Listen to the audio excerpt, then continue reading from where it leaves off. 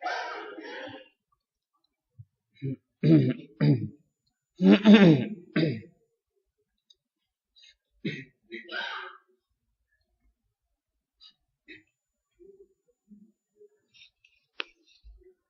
الله الرحمن الرحيم.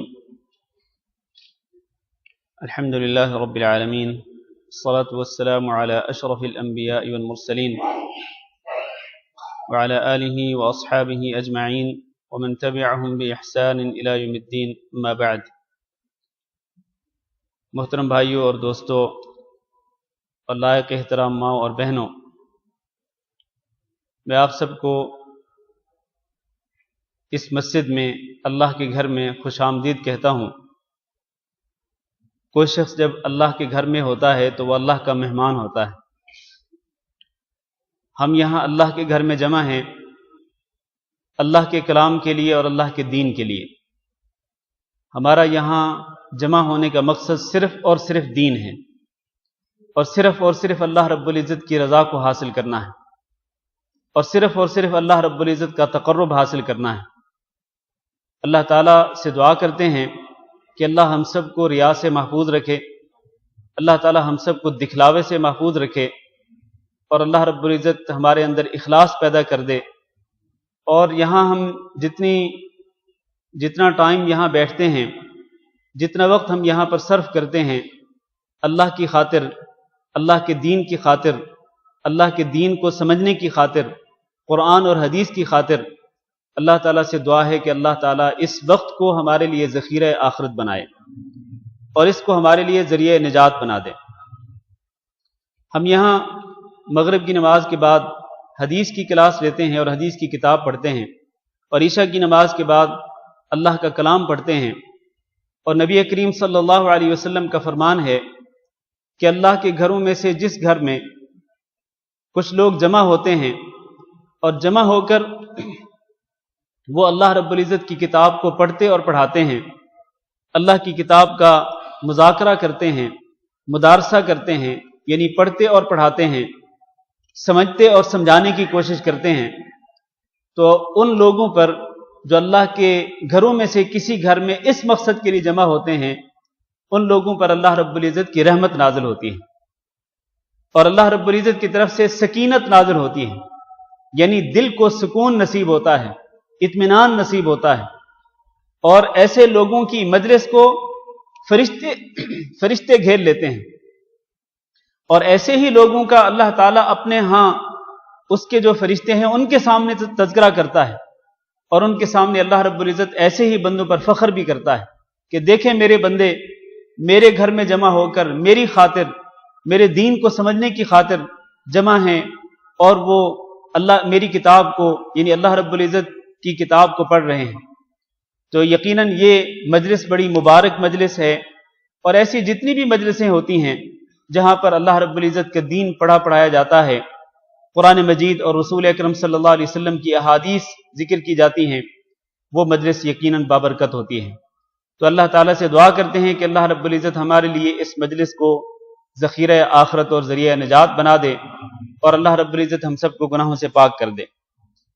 ہم نے رمضان المبارک سے پہلے سورۃ المائدہ کی آیت نمبر 5 تک پڑھا تھا، اور آج ہم سورۃ المائدہ کی آیت نمبر 6 سے شروع کرتے ہیں۔ چنانچہ اللہ رب العزت کے ارشاد گرامی ہے، اعوذ باللہ من الشیطان الرجیم، یا ایھا الذین آمنوا اذا قمتم الى الصلاة فاغسلوا وجوہکم وایدیکم الى المرافق وامسحوا برؤوسکم وارجلکم الى الکعبین۔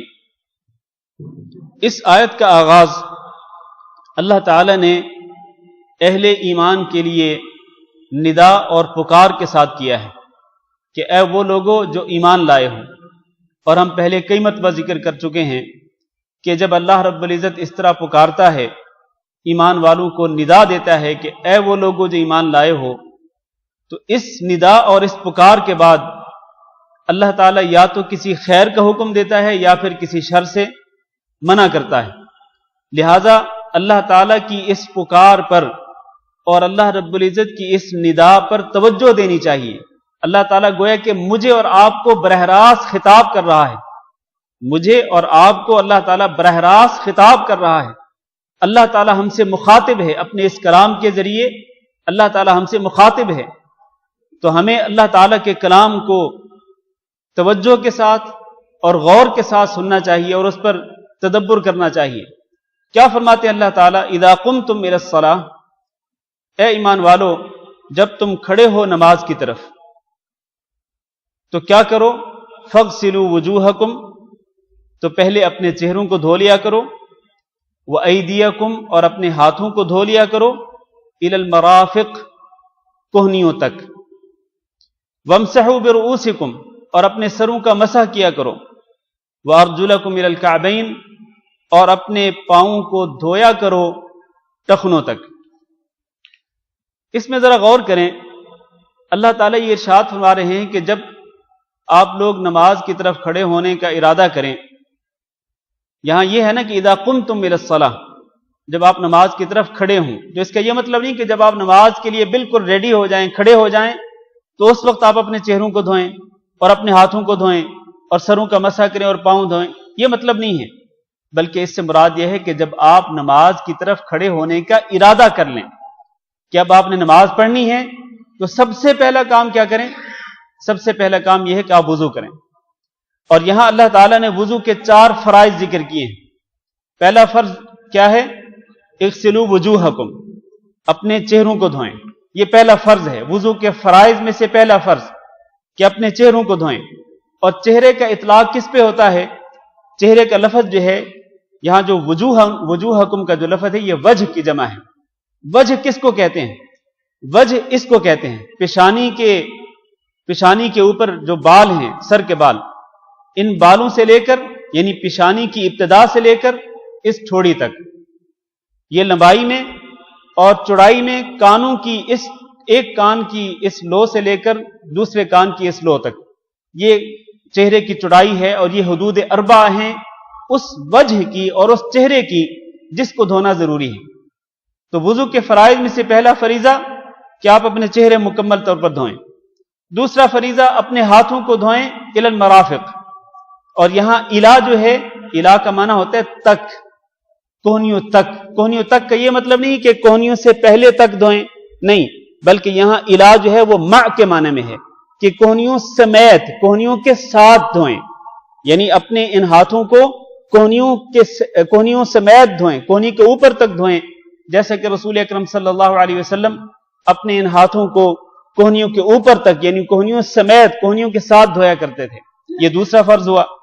تیسرا فرض وامسحوا برؤوسکم، اور اپنے سروں کا مسح کیا کریں۔ اور نبی صلی اللہ علیہ وسلم اپنے پورے سر کا مسح کرتے تھے، اپنے پورے سر کا۔ رؤوس جو ہے یہ جمع ہے رأس کی، اور رأس کہتے ہیں پورے سر کو، پورے سر کو رأس کہتے ہیں۔ تو آپ صلی اللہ علیہ وسلم کا طریقہ یہ تھا مسح کرنے کا کہ آپ اپنی پیشانی کے اوپر سے جو سر کے بال شروع ہوتے، وہاں سے آپ صلی اللہ علیہ وسلم اپنے ہاتھوں کو پیچھے کی طرف لے کے جاتے، پیچھے گردن تک کے جو بال ہیں ان بالوں تک، اور پھر ان ہاتھوں کو واپس لاتے۔ اس طرح پورے سر کا مسح کرتے نبی صلی اللہ علیہ وسلم۔ اور اس کے ساتھ ہی آپ صلی اللہ علیہ وسلم اپنے کانوں کا مسح بھی کرتے تھے، اور آپ فرماتے تھے الاذنان من الرأس، الاذنان من الرأس، کہ یہ کان کس کا حصہ ہیں؟ سر کا حصہ ہیں۔ یہ کان بھی سر کے اندر شامل ہیں جس کا مسح کرنے کا حکم دیا اللہ رب العزت نے۔ لہذا اپنے سر کے بالوں کا مسح کریں، سر کے اوپر مسح کریں، اور اپنے کانوں کا بھی مسح کریں۔ کانوں کی اندرونی سائڈ جو ہے اس کا بھی مسح ہونا چاہیے، اور کانوں کی جو بیرونی سائڈ ہے اس کا بھی مسح ہونا چاہیے۔ یہ جس طرح میں کر رہا ہوں، یہ اندرونی سائڈ جو ہے، کانوں کی اندرونی سائڈ، اس کا بھی مسح کریں، اور کانوں کی جو بیرونی سائڈ ہے اس کا بھی مسح کریں۔ یہ سر کے مسح کے اندر ہی شامل ہے۔ اگر کوئی شخص سر کا مسح کرے اور کانوں کا مسح نہ کرے، اس کا وضو نہیں ہوگا۔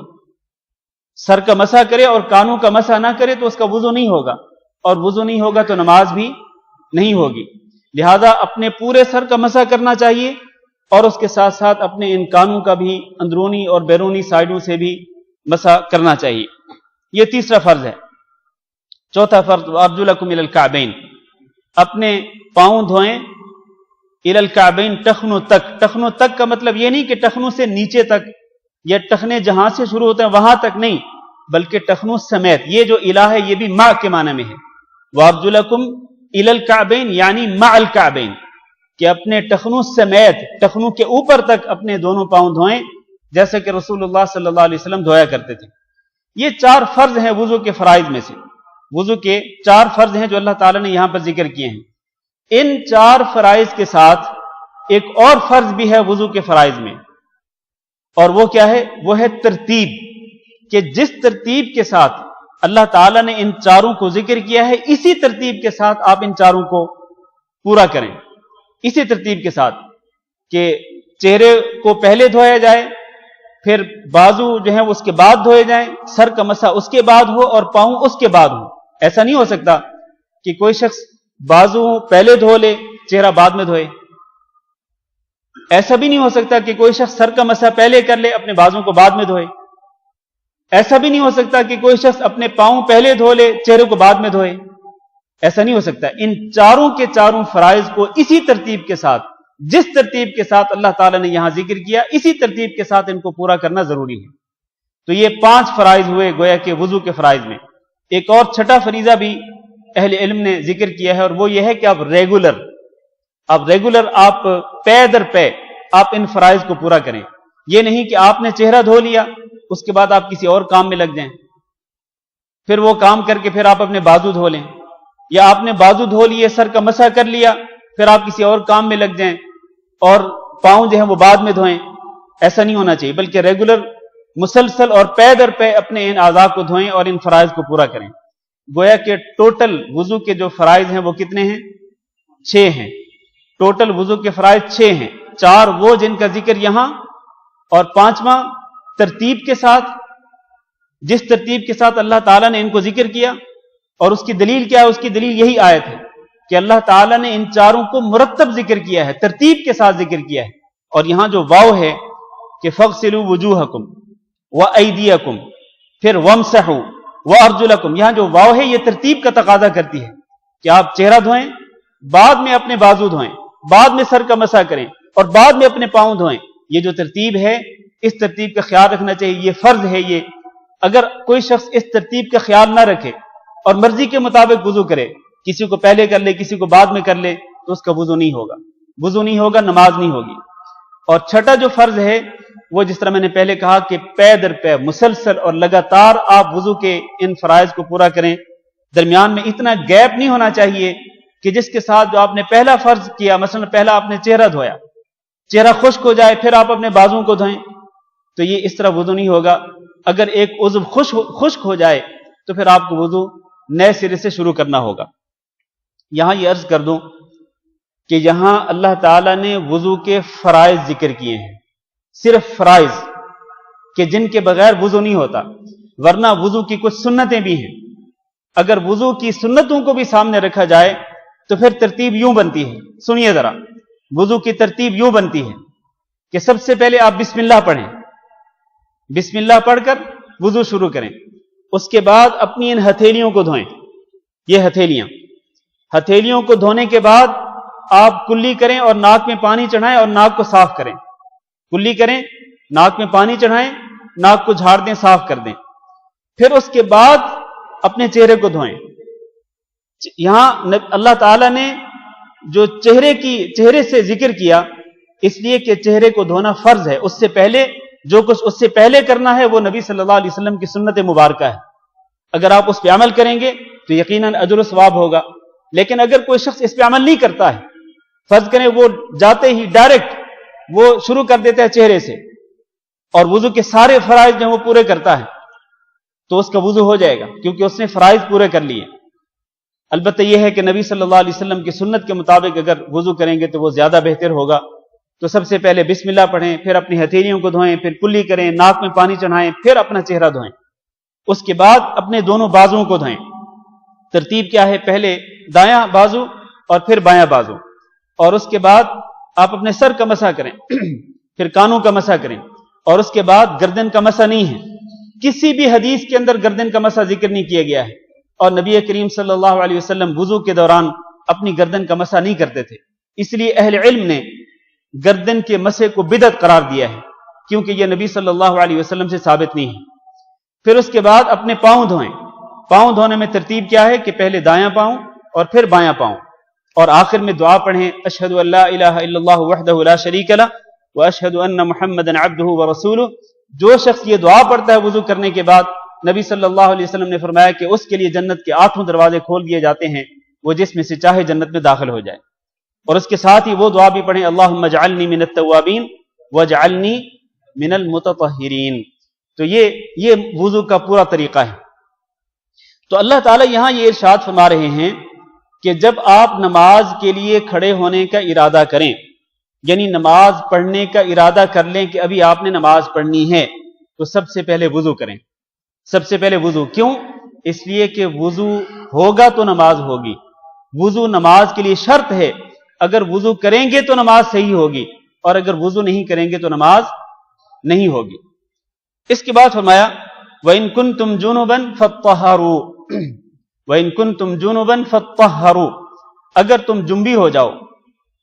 جنبی ہونے سے مراد یہ ہے کہ تمہارے اوپر غسل فرض ہو جائے کسی بھی سبب کی بنا پر۔ غسل کے فرض ہونے کے کئی اسباب ہیں، ان اسباب میں سے کسی سبب کی بنا پر آپ کو غسل فرض ہو گیا، فَاطَّهَّرُوا، تو پھر غسل کریں، اور غسل کر کے مکمل طہارت حاصل کر لیں، مکمل طور پر پاک ہو جائیں، اور پھر آپ نماز پڑھیں۔ اس کے بعد فرمایا وَإِن كُنتُم مَرْضَىٰ۔ ویسے یہاں جو غسل کا جو حکم ہے کہ غسل کریں آپ، جب آپ جنبی ہو جائیں، جنابت کی حالت میں ہو جائیں تو آپ غسل کریں۔ غسل کے سارے احکامات ہم اس سے پہلے عمدۃ الاحکام میں پڑھ چکے ہیں۔ عمدۃ الاحکام جو حدیث کی کتاب ہم نے اس سے پہلے پڑھی تھی، اس میں ہم نے غسل کے سارے احکام پڑھ لیے تھے، غسل کرنے کا طریقہ ہم نے پڑھ لیا تھا، تو اس لیے اس کو ریپیٹ کرنے کی یا دہرانے کی ضرورت نہیں ہے۔ آگے فرمایا وَإِن كُنتُم مَرْضَىٰ، اور اگر تم مریض ہو، او علی سفر، یا سفر پر ہو، او جاء احد منکم من الغائط، یا تم میں سے کوئی شخص آیا قضائے حاجت کرنے کے بعد۔ الغائط سے مراد ہے حاجت پوری کرنا، یعنی پیشاب پخانے کی ضرورت پوری کرنا۔ تم میں سے کوئی شخص رفع حاجت کے بعد، قضائے حاجت کے بعد آئے۔ او لامستم النساء، یا پھر تم عورتوں کو چھو لو۔ فلم تجدوا ماء، پھر تمہیں پانی نہ ملے۔ فتیمموا صعیدا طیبا، تو تم پاک مٹی سے تیمم کر لو۔ اب ذرا غور کریں، اللہ تعالیٰ نے یہاں 4 چیزیں ذکر کی ہیں۔ پہلی چیز یہ کہ تم مریض ہو اور مرض کی وجہ سے، بیماری کی وجہ سے تم پانی استعمال نہیں کر سکتے، یہ پہلی چیز۔ دوسرا، او علی سفر، سفر پر ہو اور سفر کی حالت میں تمہیں پانی نہیں ملتا۔ تیسرا، او جاء احد منکم من الغائط، کہ تم میں سے کوئی شخص قضائے حاجت کرنے کے بعد آئے اور اس کو پانی نہ ملے، وضو کرنے کے لیے اس کو پانی نہ ملے، یہ تیسری چیز۔ چوتھی چیز، او لامستم النساء، یا تم عورتوں کو چھو لو۔ چھونے سے مراد ہاتھ لگانا نہیں ہے، کیونکہ عورت کو ہاتھ لگانے سے وضو نہیں ٹوٹتا، حتیٰ کہ اپنی بیوی کو بھی ہاتھ لگانے سے وضو نہیں ٹوٹتا۔ عورتوں کو چھونے سے مراد جو خاوند بیوی کا تعلق ہے وہ ہے کہ اگر تم عورتوں سے صحبت کرتے ہو اور اس کے بعد تمہیں غسل کرنا ہے اور تم نے وضو کرنا ہے، پھر تمہیں پانی نہیں ملتا، تو یہ 4 اسباب ذکر کیے۔ میں اگین ریپیٹ کرتا ہوں، مریض ہو، مرض کی وجہ سے پانی استعمال نہیں کر سکتے، مسافر ہو اور سفر میں تمہیں پانی نہیں مل رہا۔ تیسرا کہ تم رفع حاجت یعنی قضائے حاجت کر کے آئے ہو، پیشاب پخانہ کر کے آئے ہو اور پانی نہیں مل رہا۔ چوتھا، اپنی بیویوں کے قریب گئے، صحبت کی اور تمہیں غسل کرنا ہے، پانی نہیں مل رہا۔ ان 4 اسباب میں سے کوئی سبب ہو اور پانی نہیں ملا تو کیا کرو؟ فتیمموا صعیدا طیبا، تو تم تیمم کر لو پاکیزہ مٹی سے۔ یہ جو 4 اسباب ہیں، ان اسباب سے معلوم یہ ہوتا ہے کہ تیمم جو ہے یہ وضو کا متبادل بھی ہے اور غسل کا متبادل بھی ہے۔ وضو کا متبادل بھی ہے اور غسل کا متبادل بھی ہے، کہ اگر کسی کو وضو کرنا ہو پانی نہیں مل رہا تو وہ تیمم کر لے، اور اگر کسی کو غسل کرنا ہو اور پانی نہیں مل رہا تو وہ بھی تیمم کر لے، اس کے ساتھ وہ پاک ہو جائے گا تیمم کے ساتھ، اور اس کو طہارت حاصل ہو جائے گی۔ اللہ تعالیٰ نے یہاں ذکر کیا کہ تیمموا صعیدا طیبا، تم تیمم کرو کس چیز کے ساتھ؟ صعیدا طیبا، پاک مٹی کے ساتھ۔ اس کا مطلب یہ ہے کہ اگر مٹی ایسی ہو جو ناپاک ہو تو اس کے ساتھ تیمم نہیں ہو سکتا، مٹی وہ ہونی چاہیے جو پاک ہو، پاک مٹی کے ساتھ آپ تیمم کریں۔ دوسرا یہ کہ تیمم مٹی کے ساتھ ہی ہو سکتا ہے، تیمم پتھروں کے ساتھ نہیں ہو سکتا ہے، تیمم مٹی کے ساتھ ہی ہو سکتا ہے، لہذا مٹی پاک مٹی ہو اس کے ساتھ آپ تیمم کریں۔ اب اگلا سوال یہ کہ پاک مٹی آپ کے سامنے ہو تو تیمم آپ کس طرح کریں؟ اللہ نے فرمایا فَامْسَحُوا بِوُجُوهِكُمْ وَأَيْدِيكُمْ مِنْهُ، اس پاک مٹی کے ساتھ آپ اپنے چہروں کا مسح کر لیں اور اپنے ہاتھوں کا مسح کر لیں، اپنے چہروں کا اور ہاتھوں کا مسح کر لیں۔ گویا کہ تیمم کے اندر ٹوٹل 2 عضو ہیں جن کا مسح کرنا ہے، جبکہ ہم وضو میں پڑھ چکے ہیں کہ وضو کے 4 فرائض ہیں، چہرے کو دھونا ہے، بازوؤں کو دھونا ہے، سر کا مسح کرنا ہے اور اپنے پیروں کو دھونا ہے، اور اس سے پہلے سنت کے مطابق آپ کو بسم اللہ بھی پڑھنا ہے اور اپنی ہتھیلیوں کو دھونا ہے، کلی کرنی ہے، ناک میں پانی چڑھانا ہے۔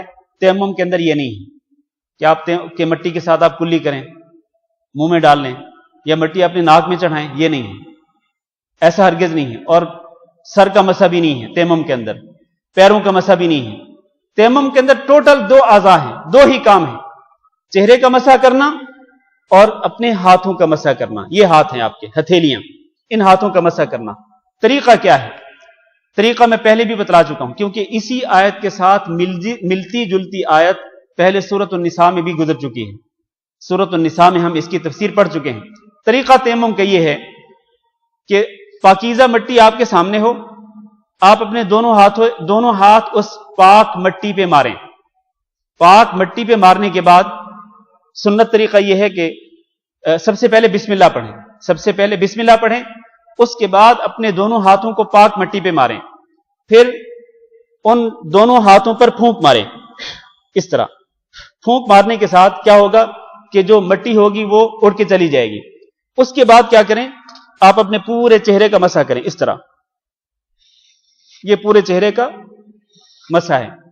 اس کے بعد چہرے کا مسح کرنے کے بعد آپ اپنے بائیں ہاتھ کے ساتھ دائیں ہاتھ کا مسح کریں، یہ اوپر، اور پھر دائیں ہاتھ کے ساتھ بائیں ہاتھ کا مسح کر لیں، اس طرح ہتھیلیوں کے اوپر۔ یہ جو باہر والی سائیڈ ہے ہاتھوں کی، کیونکہ اندرونی جو سائیڈ ہے اس کا وہ تو آپ جب مٹی پہ ماریں گے تو اس کا تو مسح ہو ہی جائے گا، تو اب بیرونی جو سائیڈ ہے دونوں ہاتھوں کی، ہتھیلیوں کا اوپر والا جو حصہ ہے جس کو پیٹھ کہا جاتا ہے، اس پیٹھ پر آپ نے مسح کرنا ہے، پہلے دائیں ہاتھ کی پیٹھ پر اور پھر بائیں ہاتھ کی پیٹھ پر آپ نے مسح کرنا ہے۔ اس کے ساتھ ہی آپ کا تیمم مکمل ہو جائے گا۔ بعض اہل علم یہ کہتے ہیں، ائمہ کرام میں سے بعض ائمہ کا مسلک یہ ہے کہ آپ 2 مرتبہ مٹی پہ ہاتھ ماریں، پہلی مرتبہ چہرے پر مسح کرنے کے لیے اور دوسری مرتبہ ہاتھوں پر مسح کرنے کے لیے، اور یہ درست نہیں ہے۔ صحیح بات یہ ہے، نبی صلی اللہ علیہ وسلم نے حضرت عمار بن یاسر رضی اللہ تعالیٰ عنہ کو تیمم کی جو کیفیت اور اس کا جو طریقہ بتلایا تھا، اس میں یہی تھا کہ آپ کے لیے یہی کافی ہے کہ آپ اپنے دونوں ہاتھوں کو زمین پہ ماریں، مٹی پہ ماریں، پاک مٹی پہ، اور اس کے بعد اسی کے ساتھ اپنے چہرے کا مسح بھی کریں اور اپنے ہاتھوں کا مسح بھی کریں، تو اس کے ساتھ تیمم مکمل ہو جائے گا۔ یہاں یہ بھی عرض کر دوں کہ تیمم کے متعلق جو احادیث ہیں، ان احادیث کے اندر 2 قسم کی کیفیات ہیں۔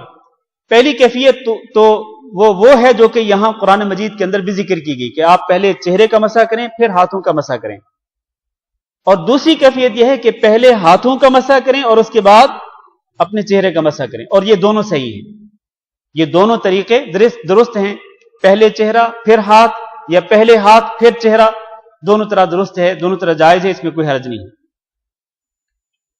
اچھا جی، اس کے بعد فرمایا ما یرید اللہ، یہ جو اللہ تعالیٰ نے تیمم کا حکم دیا ہے، اللہ تعالیٰ اس سے کیا ارادہ کرتا ہے، اللہ تعالیٰ کیا چاہتا ہے؟ فرمایا ما یرید اللہ لیجعل علیکم من حرج، اللہ تعالیٰ یہ نہیں چاہتا کہ تمہارے اوپر کوئی تنگی کر دے، نہیں، تنگی نہیں کرنا چاہتا اللہ تعالیٰ کہ جب تک پانی نہ ملے اس وقت تک آپ انتظار کرتے رہیں، نہیں، ایسا نہیں ہے۔ ولیکن یرید لیطہرکم، لیکن اللہ تعالیٰ یہ چاہتا ہے کہ تمہیں پاک کر دے۔ اگر پانی نہیں مل رہا، آپ مٹی سے پاکیزگی حاصل کر لیں، مٹی کے ساتھ آپ اپنے آپ کو پاک کر لیں۔ وَلِيُتِمَّ نِعْمَتَهُ عَلَيْكُمْ، اور تاکہ اللہ تعالیٰ اپنی نعمت کو تمہارے اوپر مکمل کر دے۔ اللہ تعالیٰ تمہارے اوپر تنگی نہیں چاہتا، اللہ تعالیٰ تمہیں پاک کرنا چاہتا ہے اور اپنی نعمت کو تمہارے اوپر مکمل کرنا چاہتا ہے۔ لَعَلَّكُمْ تَشْكُرُونَ، تاکہ تم کیا کرو؟ اللہ رب العزت کا شکر ادا کرو۔ اس پر اللہ رب العزت کا شکر ادا کریں کہ اللہ تعالیٰ نے آپ کے لیے پانی کا متبادل دے دیا، اور یہ اس امت کی خصوصیت ہے، یہ صرف اس امت کے لیے خصوصیت ہے کہ اللہ تعالیٰ نے اس امت کے لوگوں کو مٹی کے ساتھ طہارت حاصل کرنے کی، پاک کرنے کی اللہ تعالیٰ نے اجازت دے دی، اور اللہ نے اس زمین کی مٹی کو پاکیزگی حاصل کرنے کا ذریعہ بنا دیا۔ ورنہ اس سے پہلے جو امتیں تھیں، ہمارے نبی حضرت محمد صلی اللہ علیہ وسلم کی امت سے پہلے جو امتیں تھیں، ان کو یہ سہولت حاصل نہ تھی۔ یہ سہولت صرف اور صرف اس امت کے لیے ہے، تو اس لیے اللہ نے فرمایا لعلکم تشکرون، شاید کہ تم اللہ رب العزت کا شکر ادا کرنا شروع کر دو۔ اللہ کا شکر ادا کرو کہ اللہ نے کتنی آسانی کر دی ہمارے دین کے اندر۔ اس کے بعد فرمایا وَاذْكُرُوا نِعْمَةَ اللَّهِ عَلَيْكُمْ، اور یاد کرو اللہ کی نعمت کو، اللہ کے احسان کو جو اس نے تمہارے اوپر کیا۔ یاد کرو اللہ کے احسان کو جو اس نے تمہارے اوپر کیا۔ یہ اللہ کا احسان کون سا ہے؟ یہاں ایک تو عموماً اللہ تعالیٰ اپنی نعمتیں یاد دلا رہا ہے کہ اللہ تعالیٰ نے تمہارے اوپر جو نعمتیں کی ہیں اور اللہ نے تمہارے اوپر جو احسانات کیے ہیں، ان احسانات کو یاد کرو کہ اللہ نے تمہیں کتنی نعمتوں سے نوازا ہے، اور اللہ کی نعمتوں کو شمار کرنا چاہو تو نہیں کر سکتے ہو۔ ایک تو یہ، دوسرا یہ کہ اس نعمت سے مراد ایک خاص نعمت ہے، اور وہ کیا ہے؟ وہ یہ ہے کہ تم اسلام کی نعمت سے محروم تھے، اللہ تعالیٰ نے تمہیں اسلام کی نعمت سے نوازا، اللہ تعالیٰ نے تمہیں مسلمان بنایا، اسلام قبول کرنے کی توفیق دی۔ اور اسلام قبول کرنے سے پہلے اے مدینہ کے لوگوں، تمہاری حالت یہ تھی، چونکہ یہ سورت مدنی سورت ہے، یعنی مدینہ منورہ کی طرف ہجرت کرنے کے بعد یہ سورت نازل ہوئی، تو اللہ تعالیٰ مدینہ کے لوگوں کو خطاب کر کے کہہ رہا ہے کہ لوگوں یاد کرو تم پہلے مسلمان نہ تھے، اللہ نے تمہیں اسلام قبول کرنے کی توفیق دی۔ یہ ایک نعمت۔ دوسرا، تم اس سے پہلے ایک دوسرے کے خون کے پیاسے تھے، تمہارے درمیان جنگیں ہوا کرتی تھی، جو سالہ سال تک جنگیں چلتی تھی، تم ایک دوسرے کو قتل کیا کرتے تھے، ایک دوسرے کو مارا کرتے تھے، ایک دوسرے سے لڑائیاں لڑتے تھے۔ اب اللہ کی نعمت کو یاد کرو کہ اللہ تعالیٰ نے تمہیں اسلام قبول کرنے کی توفیق دی، پھر اللہ تعالیٰ نے تم سب کو بھائی بھائی بنا دیا، اللہ نے تمہارے دلوں کے اندر محبت کو پیدا کر دیا، اللہ نے تمہارے دلوں کے اندر انس اور پیار کو پیدا کر دیا، تم بھائی بھائی بن گئے، تم ایک دوسرے کے غمخوار، ایک دوسرے کے ہمدرد بن گئے۔ یہ اللہ تعالیٰ کی بہت بڑی نعمت ہے، اس کو یاد کرو۔ ایک تو یہ۔ دوسرا فرمایا وَمِيثَاقَهُ الَّذِي وَاثَقَكُم بِهِ، اور اس عہد کو بھی یاد کرو جو اللہ تعالیٰ نے تم سے لیا تھا، اذ قلتم سمعنا وأطعنا، جب تم نے یہ کہا تھا کہ ہم نے سن لیا اور ہم نے اطاعت اور فرمانبرداری کی۔ اور اس عہد سے مراد کون سا عہد ہے؟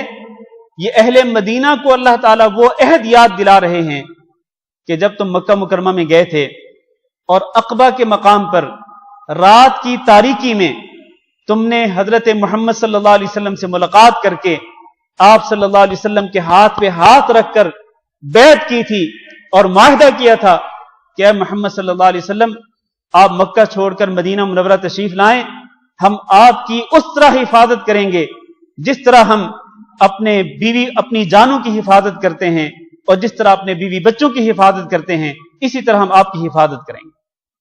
اور نہ صرف حفاظت کریں گے بلکہ آپ ہمیں جو حکم دیں گے ہم اس حکم پہ عمل کریں گے۔ آپ نے کہا تھا سمعنا واطعنا، اس معاہدے کے وقت تم نے کہا تھا کہ ہم سنیں گے اور اطاعت و فرما برداری کریں گے، تو اے اہل مدینہ اپنے اس عہد کو یاد رکھو اور اس عہد کی پاسداری کرو۔ اور اپنے پیارے نبی حضرت محمد صلی اللہ علیہ وسلم کی اطاعت کرو اور فرما برداری کرو۔ واتقوا اللہ، اور اللہ تعالیٰ سے ڈرتے رہو۔ ان اللہ علیم بذات الصدور، بے شک اللہ تعالیٰ تمہارے دل کے بھیدوں تک کو جانتا ہے۔ تمہارے دلوں کے اندر جو باتیں چھپی ہوئی ہیں نا، وہ باتیں، وہ راز جو تم نے اپنے دلوں کے اندر چھپا کے رکھے ہیں، اللہ تعالیٰ ان کو بھی جانتا ہے۔ اللہ سے کچھ بھی مخفی نہیں ہے۔ تو اللہ تعالیٰ سے ڈرو اور اللہ رب العزت کی اطاعت و فرما برداری کرو، اور رسول اکرم صلی اللہ علیہ وسلم کی بھی اطاعت و فرما برداری کرو۔ اس کے بعد فرمایا یا ایھا الذین آمنوا، اے ایمان والو۔ یہ ایک اور ندا ہے، ایک اور پکار ہے اللہ تعالیٰ کی طرف سے میرے اور آپ کے لیے، تمام اہل ایمان کے لیے۔ اے وہ لوگوں جو ایمان لائے ہو۔ اب اللہ کی ندا اور اللہ کی پکار پر توجہ دیں اور غور کریں اللہ تعالیٰ کیا فرماتے ہیں۔ فرماتے کونوا قوامین للہ، تم ہو جاؤ قائم رہنے والے اللہ تعالیٰ کی رضا کی خاطر، شہداء بالقسط، اور انصاف کے ساتھ گواہی دینے والے بن جاؤ، انصاف کے ساتھ گواہی دینے والے بن جاؤ۔ اللہ تعالیٰ کی رضا کی خاطر کھڑے ہو جاؤ، قائم رہنے والے بن جاؤ، اور دوسرا یہ ہے کہ جب گواہی دینی ہو تو انصاف کے ساتھ گواہی دیا کرو۔ گویا کہ اللہ تعالیٰ نے دو باتوں کا حکم دیا، مجھے اور آپ کو اور تمام اہل ایمان کو اللہ تعالیٰ نے اس آیت کریمہ کے اندر دو باتوں کا حکم دیا۔ ایک تو اللہ کے لیے قائم رہو، مطلب یہ ہے کہ اللہ رب العزت کی رضا کے لیے دین کو اپنے اوپر نافذ کرو اور لوگوں کے لیے بھی دین کو قائم کرو۔ اپنے اوپر بھی دین کو نافذ کرو، دین پہ عمل کرو، اور دوسرا یہ ہے کہ اس دین کو لوگوں تک بھی پہنچاؤ، اس دین کو قائم کرو۔ ایک بات۔ دوسری بات جس کا اللہ نے حکم دیا وہ یہ ہے کہ جب گواہی دینی ہو تو پھر گواہی انصاف کے ساتھ دیا کرو۔ یہ نہیں کہ جب آپ کا رشتہ دار ہو، آپ کا کوئی قریبی تعلق رکھنے والا ہو، دوست ہو، تو آپ اس کے حق میں گواہی دے دیں، چاہے وہ گواہی جھوٹی کیوں نہ ہو۔ نہیں، ایسا نہیں۔ گواہی سچی ہونی چاہیے، چاہے وہ گواہی اپنے والدین کے خلاف کیوں نہ ہو، چاہے وہ گواہی اپنے بیوی بچوں کے خلاف کیوں نہ ہو۔ گواہ بننا ہے، آپ نے گواہی دینی ہے تو سچی گواہی دینی ہے، جھوٹی گواہی نہیں دینی ہے۔ اس کے بعد فرمایا وَلَا يَجْرِمَنَّكُمْ شَنَآنُ قَوْمٍ، اور نہ تمہیں ابھارے شنآن قوم، لوگوں کی مخالفت، لوگوں کی دشمنی تمہیں اس بات پر نہ ابھارے، علی اللہ تعدلوا، کہ تم عدل نہ کرو۔ یعنی اگر کوئی قوم تمہاری دشمن ہے تو ان کی دشمنی تمہیں اس بات پر نہ مشتعل کرے کہ تم ان کے خلاف گواہی دو تو نہ حق گواہی دو، عدل و انصاف کے تقاضوں کو چھوڑ دو۔ نہیں، اعدلوا هو اقرب للتقوى، تمہارے لیے ضروری ہے کہ تم گواہی دو تو عدل و انصاف کے ساتھ گواہی دو، اور عدل و انصاف کرو اس لیے کہ هو اقرب للتقوى، عدل و انصاف کرنا جو ہے یہ تقوی کے زیادہ قریب ہے۔ عدل و انصاف کرنا زیادہ قریب ہے تقوی کے۔ لہذا ایسا نہیں ہونا چاہیے کہ اگر کوئی قوم آپ کی مخالف ہے تو آپ ان کی مخالفت کی وجہ سے، ان کی دشمنی کی وجہ سے ان سے عدل و انصاف کرنا ہی چھوڑ دیں۔ نہیں، چاہے وہ آپ کے دشمن کیوں نہ ہوں پھر بھی آپ ان سے عدل و انصاف کریں۔ آپ عدل و انصاف کے دامن کو نہ چھوڑیں، عدل و انصاف کے دامن کو مضبوطی سے تھامے رکھیں، چاہے وہ آپ کے سامنے آپ کے مخالف کیوں نہ ہوں، آپ کے دشمن کیوں نہ ہوں۔ یعنی اس کا مطلب یہ ہے کہ عدل و انصاف کرنا صرف مسلمانوں کے ساتھ ہی ضروری نہیں، بلکہ کافروں کے ساتھ بھی عدل و انصاف کرنا ضروری ہے۔ کافروں پر بھی آپ ظلم نہیں کر سکتے ہیں۔ اگر کافر آپ کے ساتھ صلح صفائی کے ساتھ رہنا چاہتے ہیں تو آپ ان پر ظلم نہیں کر سکتے ہیں۔ تو کافروں کے ساتھ بھی عدل و انصاف کرنا جو ہے وہ ضروری ہے۔ واتقوا اللہ، اور اللہ تعالیٰ سے ڈرتے رہو۔ ان اللہ خبیر بما تعملون، بے شک اللہ تعالیٰ خوب جانتا ہے ان تمام عملوں کو جو تم کرتے ہو۔ تمہارے اعمال سے اللہ تعالیٰ بخوبی واقف ہے، خبر رکھتا ہے۔ اس کے بعد سنا وعد اللہ الذین آمنوا، وعدہ کیا ہے اللہ تعالیٰ نے ان لوگوں سے جو ایمان لائے، وعملوا الصالحات، اور جو اچھے عمل کرتے رہے۔ کیا وعدہ ہے اللہ تعالیٰ کا ان لوگوں کے لیے؟ لہم مغفرۃ واجر عظیم، ان کے لیے مغفرت ہے اور اجر عظیم ہے۔ یہ وعدہ کن لوگوں کے لیے ہے؟ دو طرح کے لوگوں کے لیے، ایک وہ جو ایمان لائے اور اس کے ساتھ ساتھ عمل صالح بھی کیے۔ دو طرح کے لوگوں کے لیے دو طرح کے وعدے ہیں. دو طرح کے وعدے کیا؟ ایک تو ان کے لیے مغفرت ہے اور دوسرا اجر عظیم ہے. لہذا ہمیں آج جو ہم مختصر صحیح بخاری میں ہم پڑھ رہے تھے کہ عمل صالح جو ہے یہ بھی ایمان کے اندر شامل ہے.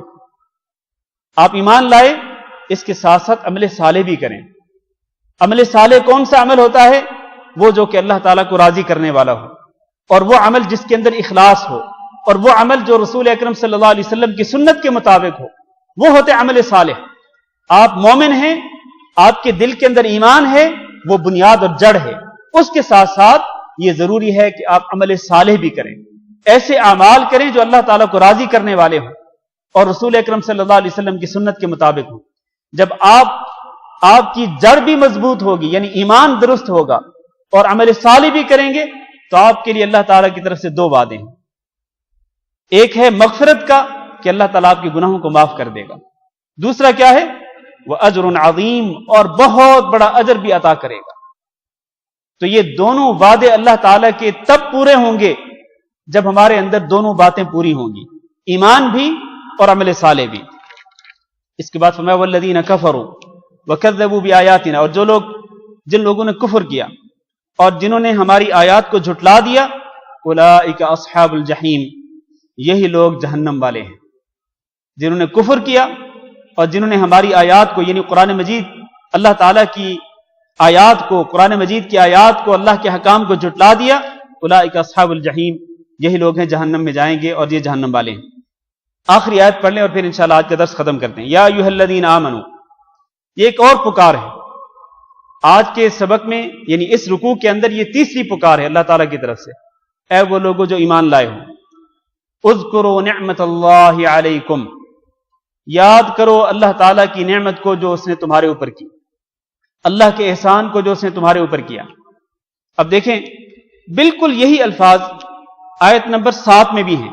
وَاذْكُرُوا نِعْمَةَ اللَّهِ عَلَيْكُمْ، یاد کرو اللہ تعالیٰ کا وہ احسان جو اس نے تمہارے اوپر کیا. اور اس آیت میں بھی یہی الفاظ ہیں کہ اے ایمان والو، اذکروا نعمت اللہ علیکم، یاد کرو اللہ تعالیٰ کے احسان کو جو اس نے تمہارے اوپر کیا.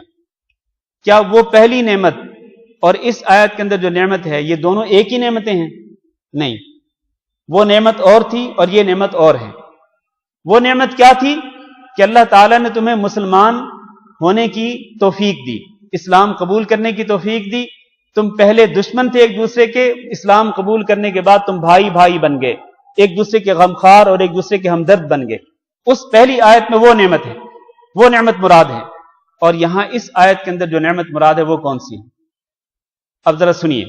فرمایا اذ ہم قوم، اب اس نعمت کی اللہ تعالیٰ ڈیٹیل، اس کی تفصیل بیان کر رہا ہے کہ کون سی نعمت یاد کرو. اذ ہم قوم، جب ایک قوم نے ارادہ کیا، ان یبسطوا الیکم ایدیہم، کہ وہ تمہارے اوپر اپنے ہاتھوں کو اٹھائیں. تو اللہ نے کیا کیا؟ اللہ نے تمہارے اوپر کون سا احسان کیا؟ فکف ایدیہم عنکم، اللہ تعالیٰ نے ان کے ہاتھوں کو تم سے روک دیا. یعنی ان کے ہاتھوں کو تمہاری طرف بڑھنے سے اللہ تعالیٰ نے روک دیا. تو یہ کون سی نعمت ہے؟ یہ وہ نعمت ہے جو کہ اللہ تعالیٰ نے مسلمانوں کو عطا کی تھی صلح حدیبیہ کے موقع پر. جب مسلمان حدیبیہ کے مقام پر جمع تھے اور مسلمان مکہ مکرمہ میں جانا چاہتے تھے عمرہ کرنے کی نیت سے، احرام باندھے ہوئے تھے سب نے، اور ان کی تعداد 1400 تھی. احرام باندھے ہوئے تھے اور یہ لوگ عمرہ کرنے کی نیت سے مکہ مکرمہ جانا چاہتے تھے. لیکن اہل مکہ نے روک دیا تھا. اور صرف روکا نہیں تھا، بلکہ مکہ والوں میں سے 80 افراد ایسے تھے، 80 افراد جو مکمل طور پر مسلح ہو کر اپنے اسلحہ کے ساتھ وہ مکہ مکرمہ سے نکلے تھے، اس نیت سے کہ حدیبیہ میں جو مسلمان ہیں بشمول حضرت محمد صلی اللہ علیہ وسلم، ان لوگوں پر اچانک حملہ کر کے ان کو نیست و نابود کر دیا جائے، ان کو ختم کر دیا جائے. یہ ان کی سازش تھی، یہ مکہ کے کافروں کی سازش تھی کہ وہ لوگ جو عمرہ کرنے کی نیت سے آ رہے، اور ان کے پاس کوئی اسلحہ نہیں تھا، وہ تو عمرے کی نیت سے جا رہے تھے، وہ کوئی لڑائی کی نیت سے تھوڑے جا رہے تھے، احرام باندھے ہوئے تھے. احرام کی حالت میں کہاں ان کے پاس کوئی اسلحہ یا کوئی جنگی ساز و سامان تھا؟ کچھ بھی نہیں تھا. وہ خالی ہاتھ تھے، 69 مسلمان تھے، 69 مسلمانوں پر مکہ والوں نے اچانک حملہ کرنے کا پروگرام بنایا۔ لیکن ہوا کیا؟ ہوا یہ کہ وہ لوگ حملہ نہ کر سکے۔ کیوں نہ حملہ کر سکے؟ اللہ تعالیٰ نے وہی احسان یاد دلایا ہے کہ ان لوگوں نے تمہارے اوپر ہاتھ اٹھانے کی کوشش کی، فَكَفَّ أَيْدِيَهُمْ عَنْكُمْ، اللہ تعالیٰ نے ان کے ہاتھوں کو تمہاری طرف بڑھنے سے منع کر دیا، روک دیا۔ اللہ تعالیٰ نے اپنی قدرت کاملہ کے ساتھ تمہارا دفاع کیا۔ تم تو خالی ہاتھ تھے، تمہارے پاس کچھ بھی نہ تھا۔ اگر وہ حملہ کرتے تو ہو سکتا تمہارا کافی نقصان ہو جاتا، لیکن اللہ تعالیٰ نے تمہیں ان کے حملے سے بچایا۔ اے مومنو، اے اہل ایمان، تم اللہ تعالیٰ کے اس احسان کو یاد کرو۔ کتنا بڑا احسان کیا اللہ تعالیٰ نے کہ اللہ تعالیٰ نے تمہارے دشمنوں کو تمہاری طرف بڑھنے سے ہی روک دیا۔ اللہ نے ایسی رکاوٹیں کھڑی کر دی کہ وہ دشمن تمہاری طرف بڑھ ہی نہ سکے اور وہ تمہارے اوپر حملہ نہ کر سکے۔ فرمایا واتقوا اللہ، اللہ تعالیٰ سے ڈرتے رہو، وعلی اللہ فلیتوکل المؤمنون، اور اللہ تعالیٰ پر ہی مومنوں کو توکل کرنا چاہیے، اللہ پر ہی مومنوں کو بھروسہ کرنا چاہیے کہ اللہ تعالیٰ ہی ہے جو اہل ایمان کی حفاظت کرتا ہے، اور اللہ تعالیٰ ہی ہے جو اہل ایمان کو کافروں سے بچاتا ہے اور کافروں کی سازشوں سے محفوظ رکھتا ہے۔ تو اللہ تعالیٰ نے خصوصی طور پر یہ احسان ذکر کیا ہے اس آیت کریمہ کے اندر۔ ویسے اللہ تعالیٰ کے احسانات بے شمار ہیں، اللہ تعالیٰ سے دعا کرتے ہیں کہ اللہ تعالیٰ ہم سب کو اپنے احسانات پر اپنا شکر ادا کرنے کی توفیق دے، اور اللہ رب العزت ہم سب کو قرآن مجید کو پڑھنے، اس کو سمجھنے اور اس پر عمل کرنے کی توفیق دے، اور اللہ تعالیٰ قرآن مجید کا نور ہم کو نصیب فرمائے، اس دنیا کے اندر بھی اور قبر کے اندر بھی اور قیامت کے دن بھی اللہ تعالیٰ اس قرآن مجید کی شفاعت ہمیں نصیب فرمائے اور اس کی شفاعت کو ہمارے حق میں قبول فرمائے۔ استغفر اللہ لی ولکم انہ هو الغفور الرحیم۔ کسی بھائی کا کوئی سوال ہو تو کر سکتے ہیں۔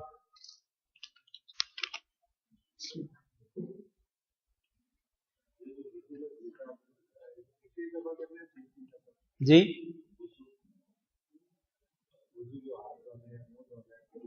ہاں جی، وضو میں جو اعضائے وضو کو دھونا ہے تو سنت یہ ہے کہ آپ 3 مرتبہ دھوئیں۔ صرف سر کا مسح جو ہے وہ 1 مرتبہ ہے، باقی اعضاء کو 3 مرتبہ دھوئیں۔ البتہ نبی صلی اللہ علیہ وسلم سے یہ بھی ثابت ہے کہ آپ بعض اوقات 1 مرتبہ بھی دھوتے تھے اور بعض اوقات 2 مرتبہ بھی دھوتے تھے۔ لہذا اگر 1 مرتبہ دھونے سے وہ عضو مکمل طور پر دھل جائے، کوئی حصہ خشک نہ رہے، تو وہ بھی ٹھیک ہے، 2 دفعہ دھونا بھی ٹھیک ہے، اور بہتر یہ ہے کہ آپ 3 مرتبہ دھوئیں تاکہ مکمل طور پر اعضائے وضو جو ہیں وہ دھل جائیں۔ کوئی اور سوال؟ ابھی دیکھیں، ابھی کوئی سوال کے لیے اٹھ نہیں رہا یا کوئی سوال نہیں کر رہا، لیکن جیسے ہی ہم درس ختم کریں گے، اٹھیں گے تو کئی لوگ گھیر لیں گے کہ میرا یہ سوال ہے، میرا یہ سوال ہے۔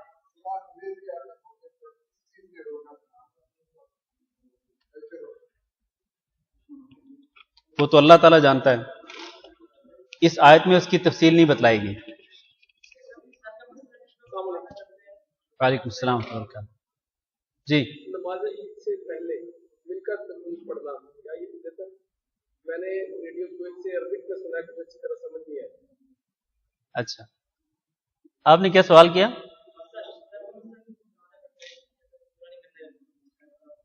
ہاں جی، یہ بھائی کا سوال یہ ہے کہ عید کی نماز سے پہلے مل کر تکبیرات پڑھنا کیا یہ بدعت ہے؟ تو دیکھیں، مل کر تکبیرات پڑھنا نبی صلی اللہ علیہ وسلم سے اور آپ کے صحابہ کرام سے ثابت نہیں ہے، جیسا کہ آج کل ہوتا ہے۔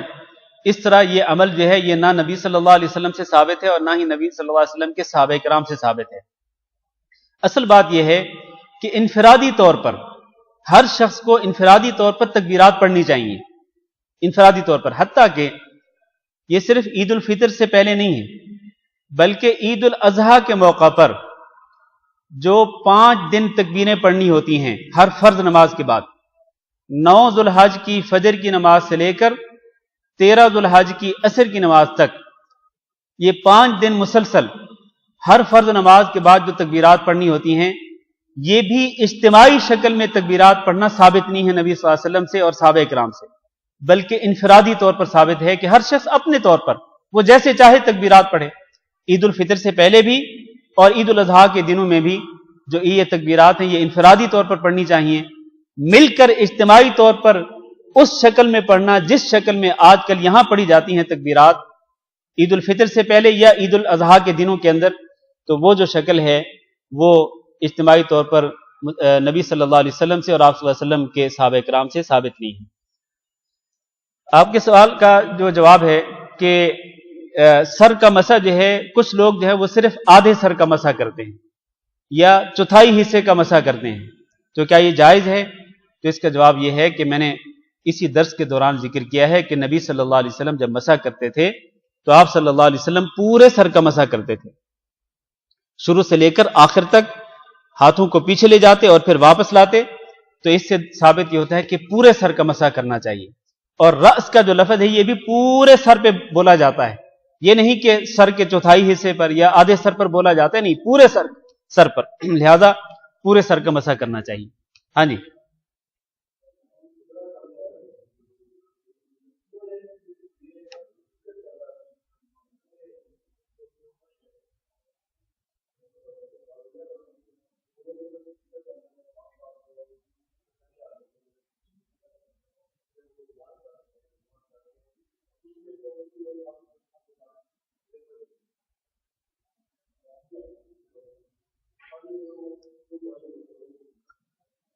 جی جی جی ہاں جی. دیکھیں خانہ کعبہ میں مؤذن جو ہے نا، مؤذن وہ باری باری وہ تکبیرات پڑھتے ہیں، مؤذن باری باری تکبیرات پڑھتے ہیں اور وہ اکیلا شخص ہوتا ہے، وہ جماعت نہیں ہوتی، چند لوگ مل کر تکبیرات نہیں پڑھتے بلکہ وہ اکیلا شخص ہوتا ہے، منفرد اکیلا شخص ہوتا ہے جو کہ تکبیرات پڑھتا ہے. اور وہ سپیکر میں کیوں پڑھتا ہے؟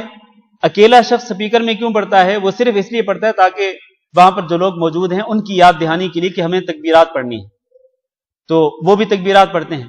تو وہ صرف تذکیر اور یاد دہانی کے لیے اکیلا شخص تکبیرات پڑھتا ہے، اس میں کوئی حرج نہیں ہے.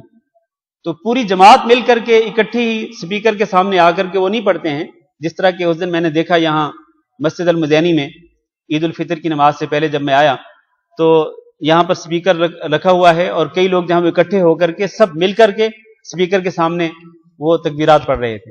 تو اس طرح جو ہے وہ درست نہیں ہے. حرمین شریفین میں بھی جو تکبیرات پڑھی جاتی ہیں وہ اکیلا شخص پڑھتا ہے، پڑھنے والا شخص ایک ہوتا ہے سپیکر میں پڑھنے والا. ہاں کئی لوگ جو حرمین شریفین میں موجود ہوتے ہیں وہ اس کے ساتھ مل کر کے پڑھتے ہیں یا انفرادی طور پر پڑھتے رہتے ہیں، تو وہ درست ہے، اس میں کوئی حرج نہیں. ہاں جی. داڑھی کا خلال جو ہے وضو کے دوران داڑھی کا خلال کرنا سنت ہے، نبی صلی اللہ علیہ وسلم سے ثابت ہے. اس کی ایک شکل یہ ہے کہ آپ چلو بھریں اور یہ اس طرح آپ داڑھی کے بالوں میں وہ چلو کا پانی جو ہے وہ ڈالیں، یہ ٹھوڑی پر بھی اور اسی طرح دائیں طرف بھی بائیں طرف بھی، اور پھر اپنی انگلیوں کے ساتھ یہ خلال ہے، یہ خلال ہے. ایک مرتبہ، دو مرتبہ، تین مرتبہ، زیادہ سے زیادہ 3 مرتبہ ہے، ایک مرتبہ بھی کر سکتے ہیں، 2 مرتبہ بھی کر سکتے ہیں. تو یہ خلال ہوتا ہے، اس طرح خلال جو ہے وہ کرنا چاہیے. ویسے یہ ہے کہ جس شخص کی داڑھی جو ہے وہ گھنی نہ ہو، یعنی بال بہت زیادہ نہ ہوں، تو اس کے لیے ضروری ہے کہ وہ صرف خلال نہ کرے بلکہ وہ پانی جو ہے وہ بالوں کی جڑوں تک پہنچائے. اس طرح چلو بھر کے دائیں طرف بائیں طرف اور اس طرح وہ پانی جڑوں تک پہنچائے. ہاں البتہ اگر کسی کی داڑھی گھنی ہے، بہت زیادہ بال ہیں اور وہ بالوں کی جڑوں تک پانی نہیں پہنچا سکتا، تو اس کے لیے یہ ہے کہ وہ خلال کر لے تو وہ کافی ہے.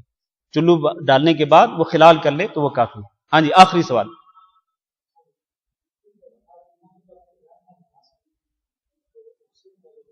جی.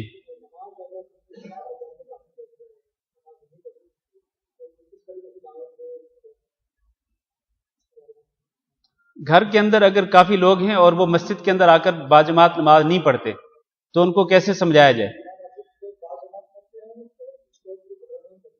ہاں کئی لوگ جو ہیں وہ گھروں کے اندر ہی جماعت بنا لیتے ہیں اور کئی لوگ جو ہیں وہ جماعت ویسے نہیں بناتے ہیں، انفرادی طور پر اکیلے اکیلے نماز پڑھ لیتے ہیں. تو دیکھیں اس کا جواب یہ ہے کہ میں نے آج خطبہ میں بھی یہی مسئلہ بیان کیا تھا کہ نبی صلی اللہ علیہ وسلم نے ایسے لوگوں کو جو بغیر کسی شرعی عذر کے اپنے گھروں میں نماز پڑھتے ہوں اور وہ مسجد کے اندر آ کے نماز نہ پڑھتے ہوں تو آپ صلی اللہ علیہ وسلم نے ان کے گھروں کو جلانے کا ارادہ کیا تھا، جو اس بات کی دلیل ہے کہ وہ اپنے گھروں میں بیٹھ کر نماز نہیں پڑھ سکتے ہیں، نہ وہ گھروں کے اندر جماعت بنا سکتے ہیں اور نہ ہی وہ گھروں میں اکیلے اکیلے نماز پڑھ سکتے ہیں۔ مرد ہیں تو ان کے لیے مسجد کے اندر آنا ضروری ہے، مردوں کی جماعت تو مسجد کے اندر ہوتی ہے۔ ہاں خواتین اپنے گھروں کے اندر ٹھیک ہے نماز پڑھیں، لیکن مرد حضرات جو ہیں ان کے لیے ضروری ہے کہ وہ مسجد کے اندر آئیں اور مسجد کے اندر آ کر باجماعت نماز پڑھیں۔ میں نے آج مسئلہ بیان کیا تھا کہ باجماعت نماز پڑھنا مسجد کے اندر آ کر یہ واجب ہے، اور جو شخص اس واجب کو چھوڑے گا وہ گنہگار ہوگا، یقیناً وہ گنہگار ہوگا، چاہے وہ گھر کے اندر نماز جماعت کے ساتھ پڑھے یا اکیلے پڑھے، تب بھی وہ گنہگار ہے۔ کیوں؟ اس لیے کہ مسجد کے اندر نہیں آیا، وہ مسجد کے اندر آ کر باجماعت نماز نہ پڑھنا گناہ کا کام ہے۔ اسی لیے نبی صلی اللہ علیہ وسلم نے ان لوگوں کے گھروں کو جلانے کا ارادہ کیا تھا، ورنہ اگر یہ گناہ نہیں تھا تو آپ صلی اللہ علیہ وسلم نے ان کے گھروں کو جلانے کا ارادہ کیوں کیا؟ بھئی اگر کسی برائی پر ہی آپ صلی اللہ علیہ وسلم نے ان کو یہ سزا دینے کا ارادہ کیا تھا نا، اگر وہ برائی نہیں تھی تو پھر سزا کا ارادہ کیوں کیا تھا؟ تو اس سے یہ ثابت ہوتا ہے کہ یقیناً گھروں کے اندر نماز پڑھنا، چاہے جماعت کے ساتھ چاہے انفرادی طور پر اکیلے اکیلے، مردوں کے لیے یہ درست نہیں ہے۔ مردوں کے لیے ضروری ہے کہ وہ مسجد کے اندر آ کر کے باجماعت نماز پڑھیں۔ یہی مسئلہ ان کو بتایا جائے، یہی حدیث ان کو سنائی جائے اور ان کو یہ مسئلہ حال یہی ہے نا، ان کو مسئلہ ان کو بتایا جائے، قرآن و حدیث کی روشنی میں ان کو سمجھایا جائے، تو اس طرح وہ شاید سمجھ جائیں اور وہ مسجد کے اندر آئیں۔ اب یہ تو نہیں ہو سکتا کہ آپ اس کسی کے کان سے پکڑ کے اس کو کھینچ کے لائیں مسجد کے اندر، یہ تو نہیں کر سکتے نا آپ، زبردستی تو آپ نہیں کر سکتے ہیں۔ آپ یہی طریقہ تو یہی ہے نا کہ آپ اچھے انداز سے ان کو مسئلہ سمجھائیں کہ بھائی مسجد کے اندر جا کر نماز پڑھنا ضروری ہے جماعت کے ساتھ، تو اور حدیث بھی بتلائیں ان کو، تو شاید ان کو سمجھ آ جائے۔ نہیں، عید کی نماز کے لیے تو نبی صلی اللہ علیہ وسلم نے عورتوں کو نکلنے کا حکم دیا، حتیٰ کہ وہ خواتین جو مخصوص ایام میں ہوں ان کو بھی آپ صلی اللہ علیہ وسلم نے نکلنے کا حکم دیا ہے۔ تو عید کی نماز تو ویسے بھی عید کی نماز جو ہے وہ گھر کے اندر نہیں ہو سکتی ہے، عید کی نماز تو جماعت کے ساتھ وہیں پڑھی جائے گی نا جہاں عید کی نماز ہو رہی ہوگی، تو اس لیے عید کی نماز کے لیے گھروں سے نکلنا خواتین کے لیے ضروری ہے۔ عید کی نماز نہیں ہوگی، نہیں۔ ہاں جزاکم اللہ خیر۔ آہستہ آہستہ سوال یاد آ رہے ہیں سب کو۔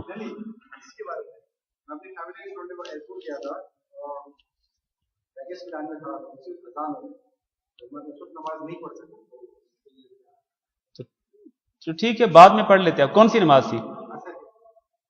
تو ٹھیک ہے، عصر کی نماز تو بہت کھلا ٹائم ہوتا ہے آج کل، تو تقریباً 3 گھنٹے ہوتے ہیں، 2.5-3 گھنٹے۔ تو اگر آپ اس وقت مجبور تھے کہ آپ لائن میں لگے ہوئے تھے اور آپ اس کو چھوڑ کر نہیں جا سکتے تھے نماز کے لیے، تو کوئی حرج نہیں، آپ وہ کام کر لیتے اور اس کے بعد آپ نماز پڑھ لیتے۔ نماز پڑھی بعد میں آپ نے؟ ہاں ٹھیک ہے، یہ ٹھیک ہے، اس میں کوئی حرج نہیں۔